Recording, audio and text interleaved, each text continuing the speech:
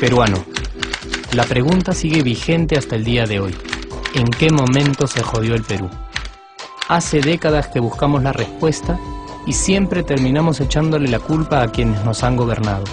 Es más fácil decir que nuestro Perú se hundió por la reforma agraria de Velasco, porque el arquitecto no le dio importancia al terrorismo, por culpa del primer gobierno de Alan y su tren cargado de inflación e inoperancia económica, por culpa del autogolpe, los Vladivideos y la corrupción en el gobierno Fujimori, por culpa de los whiskies y la hora cabana, por culpa de la mayoría de la clase política que gobernó y gobierna el Perú y que sigue viviendo en el escándalo y en la corrupción. Pero por más que querramos deslindar nuestra responsabilidad por la crisis social que asfixia al Perú, compartimos demasiados hábitos que nos hacen muy parecidos a quienes culpamos y criticamos, porque aún creemos que la criollada se tiene que celebrar como si fuera parte del orgullo nacional. Somos vivos y por eso compramos facturas para pagar menos impuestos. Ganamos los trabajos no por nuestro esfuerzo o talento, sino gracias a una pequeña coimisión. Nos colamos en la fila para que nos atiendan primero, aceleramos en ámbar y nos pasamos la luz roja, porque así llegamos más rápido. Somos tan vivos que si no encontramos estacionamiento, nos ponemos en el espacio azul reservado para las personas con discapacidad. Robamos la señal de cable, robamos electricidad y no nos consideramos ladrones. Reclamamos que haya justicia y se acabe la corrupción, pero le pagamos 5 soles a un policía para que no nos ponga papeleta o al juez para que abogue por nuestra causa. Jamás le damos el pase a un transeúnte en el cruce peatonal porque en el Perú, si no eres vivo, no eres nadie.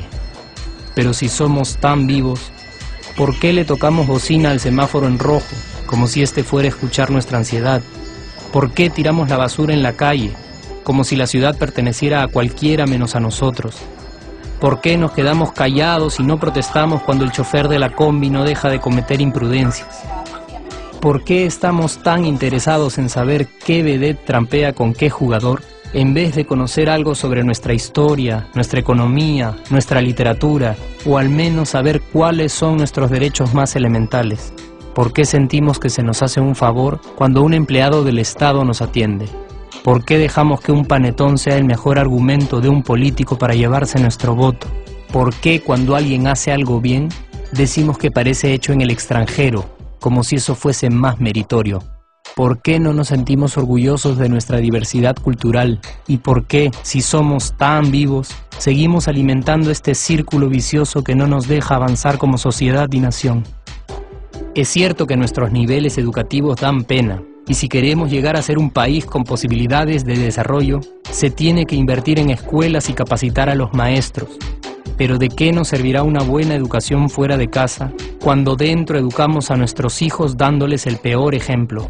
Es cierto que se necesitan medidas urgentes para frenar la ola de delincuencia y violencia que azota al país. Pero ¿de qué nos servirá pacificar las calles cuando en nuestros hogares la violencia física y psicológica parece haberse institucionalizado?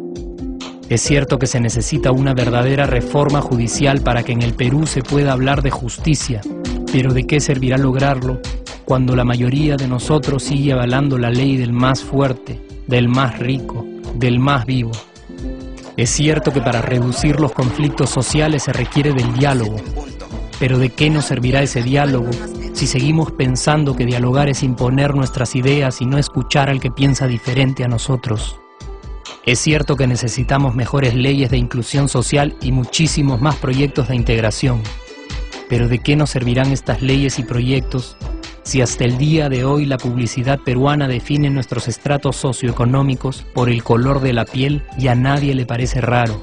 Si hasta el día de hoy seguimos avergonzándonos de nuestras diferencias o sintiéndonos superiores por estas mismas diferencias. Es cierto, es mucho más fácil echarle la culpa de absolutamente todo a nuestros gobernantes, pero la realidad es que el Perú se hunde en exacta proporción a esa viveza que alimentamos todos día tras día.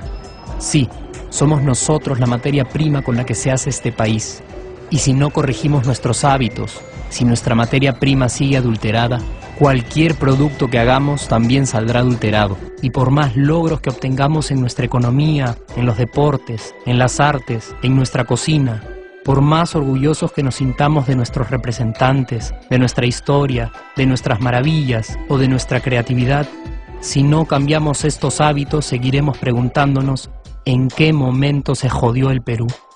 Yo ya estoy harto de esa pregunta. Estoy harto de ver cómo un país con tantas posibilidades y oportunidades, con tantas riquezas naturales y con tanta historia, tenga que seguir viviendo en el subdesarrollo solo porque no nos creemos capaces de vivir de otra manera. Estoy harto de que las desgracias de nuestros vecinos sean nuestro mejor consuelo. Harto de que el sí se puede sea solo una frasecita hecha para un partido de fútbol y que no podamos aplicarla en nuestra vida. Aunque te cueste creerlo, sí podemos. Claro que podemos. Pero depende de que tú y yo comencemos a trabajar en ello de una vez por todas. Porque la transformación del país hacia una nación desarrollada ya no está solo en cancha de los políticos o de los poderosos, y no está en el terreno de los milagros. La transformación del Perú está en la capacidad que tengamos de hacernos responsables de nuestros actos y de rebelarnos contra nuestra viveza.